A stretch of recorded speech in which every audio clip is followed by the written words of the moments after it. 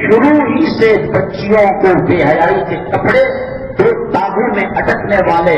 اور وہ پیپر اور پنی اور پلاسٹک سے کمزور چٹی پہنا کر اس کی عادت خراب کی جا رہی ہے کہ بڑی ہو کر وہ نقاب کہاں سے پہنے گی، وہ پردے میں کہاں سے رہے گی، وہ برقعے میں کہاں سے رہے گی۔ جب اس نے ہوش سنبھالا تو دیکھا کہ ماں ہمیشہ آئینے کے سامنے رہتی ہے، شوگر کی چربی ملی ہوئی نیل پالش اور لپسٹک کا استعمال کر رہی ہے، گانوں کو دیکھتی ہے، ڈراموں کو دیکھتی ہے، سیریل کو دیکھتی ہے، اور فلمی اسٹار کا جب تذکرہ آتا ہے تو منہ سے جڑ نکلنے لگتا ہے۔ وہ عزت ہے جو ایک علماء کو ملنی چاہیے، نبی کے وارثین کو ملنا چاہیے۔ گھر کے اندر شروع ہی سے بچوں کے دل میں یہ بات آتی ہے، میرا باپ 12 تک سونے والا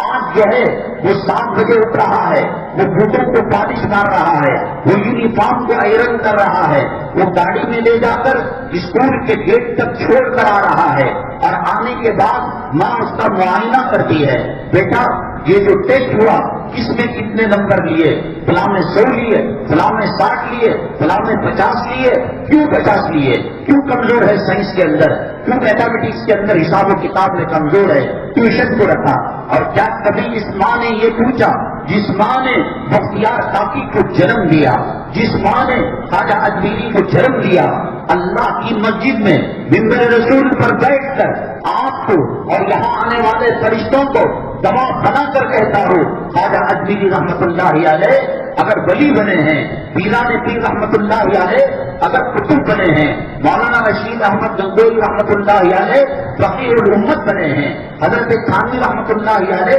حکیم الامت بنے ہیں، قاری طیب صاحب رحمت اللہ علیہ حکیم الاسلام بنے ہیں، مولانا قاسم نانوتوی رحمت اللہ علیہ حجت الاسلام بنے ہیں، خواجہ اجمیری رحمت اللہ علیہ کو ولایت ملی ہے، امام بخاری محدث بنے ہیں، امام مسلم محدث بنے ہیں، امام ابو حنیفہ رحمت اللہ علیہ اگر وقت کے امام بنے ہیں، اور قیامت تک کے آنے والے فقہ کی جزئیات کا انہوں نے حل نکالا ہے، اور فقہ کے ہیرے جواہرات کا انہوں نے دسترخوان بنایا ہے، ان تمام چیزوں کے اندر آپ دیکھیں گے ان کی ماں کی تربیت اور ان کی ماں کے جو ہے دینی ماحول کا اثر تھا۔ یہ کیسے بن گئے؟ حضرت مولانا الیاس صاحب رحمت اللہ علیہ کبھی ٹھنڈی آنکھ کرتے اور کہتے، کہاں وہ دودیں بانجھ بن گئی، کہاں ہی لینا جن کے دودھ کے قطروں سے ان کے جسم میں بچوں کے پکا طہارت منتقل ہوتا تھا، دین منتقل ہوتا تھا، ہر وقت ان کی نگہداشت کرتے، کہیں شریعت کے خلاف کوئی کام نہیں۔ بچہ ستایا، موبائل آپ نے دے دیا، بیوی کو دل نہیں لگا، آپ نے LCD خرید کر دے دی، گھر کا ماحول جہنمی بنا کر اس جہنم کے ماحول سے کیا آپ پیران پیر کی طرح اپنے بچے کو دیکھنا چاہتے ہیں؟ خواجہ اجمیری رحمت اللہ علیہ ایک مرتبہ، پہلے زمانے میں یہ تھا، اب تو انگریزی کیلنڈر اور شمسی کیلنڈر کی ویلیو ہو گئی ہے، پہلے بادشاہوں کے درباروں کے اندر بھی عربی اور ہجری کیلنڈر چلا کرتا تھا، چاند دیکھنے اور چاند کی اطلاع کی بڑی اہمیت ہوتی تھی۔ ایسا نہیں کہ رمضان میں روزوں کے لیے دیکھ رہے ہیں اور روزہ ختم کرنے کے لیے 29 کو عید الفطر کا چاند دیکھ رہے ہیں، ہمیشہ ہر مہینے کے اندر چاند پر نظر رہتی تھی۔ خواجہ اجمیری رحمت اللہ علیہ جب چاند کو پہلی دیکھتے ماں کی قدم بوسی کرتے، قدم بوسی کا مطلب آ کر معانقہ کرتے، آپ ہاتھوں کو بوسا دیتے اور عقیدت سے کہتے، ماں مبارک ہو رجب کا چاند نظر آ گیا، ماں مبارک ہو ربیع الاول کا چاند نظر آ گیا۔ خواجہ اجمیری رحمت اللہ علیہ تقریباً 90 لاکھ مسلمان کا غیروں کو، ان میں سے بہت سارے وہ تھے جو پہلے سے مومن مسلمان تھے، کچے تھے، اور بعض وہ تھے جو غیر اللہ کی پرستش کیا کرتے تھے، سب ٹوٹل ملا کر 90 لاکھ افراد کو انہوں نے مومن مسلمان بنایا۔ چاند کی مبارکبادی دینے گئے تو کہنے لگی ماں، بیٹے خواجہ اجمیری معین الدین چشتی،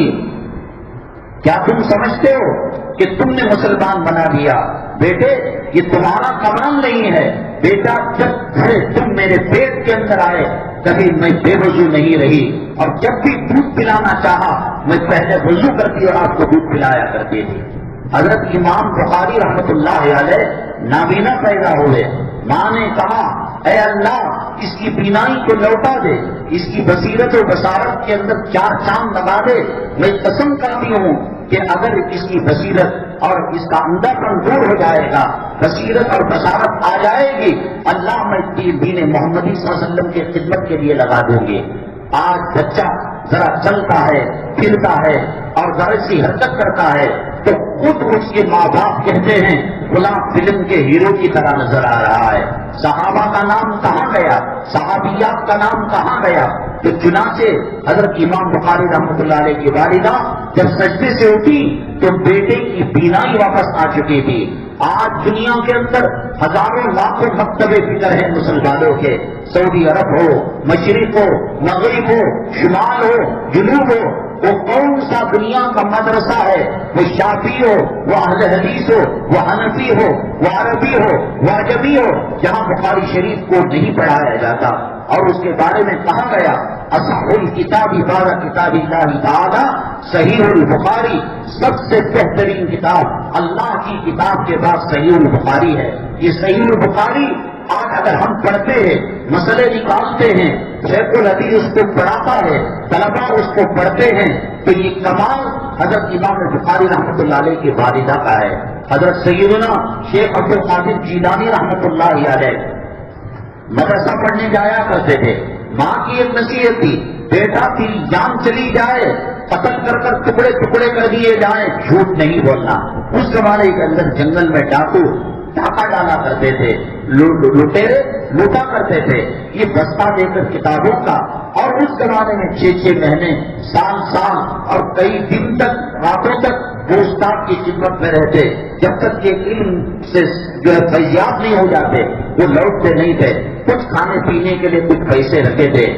ڈاکوؤں نے جب تلاشی لی اس کے اندر کوئی چیز نہیں تھی، اور اس کے بعد کہا جاؤ فقیر کا بچہ معلوم ہوتا ہے۔ حضرت سیدنا شیخ عبد القادر جیلانی رحمۃ اللہ علیہ نے کہا فقیر نہیں ہوں، میں امیر کا بچہ ہوں، میں خود امیر ہوں۔ دیکھو میری ماں نے تھیلے کے اندر ایک چور جیب بنایا ہے، اس کے اندر دینار و درہم کو رکھے ہیں۔ چور اچک کے پریشان ہو گئے کہ لوگ تو اپنے مال کی حفاظت کیا کرتے ہیں اور یہ یوں کہہ رہا ہے کہ یہاں، اور اسے وہ چیز مل بھی گئی تو کہا کہ یہ کیا چیز ہے؟ کہا میری ماں نے کہا تھا کہ جان چلی جائے سچ کا دامن نہیں چھوڑنا۔ وہ سچ کی برکت تھی کہ سارے ڈاکو ایمان لائے اور مسلمان بن گئے، اور ڈاکے سے انہوں نے توبہ کر لی۔ حضرت مولانا الیاس صاحب ٹھنڈی سانگ کر کر کہا کرتے تھے اب وہ گونڈے بانج نظر آتی ہیں، وہ بچے خان نظر آتے ہیں جن کے پہلوؤں کے اندر اور جن کے گودوں کے اندر مجاہد جنم لیا کرتے تھے، شہید جنم لیا کرتے تھے، استاد جنم لیا کرتے تھے،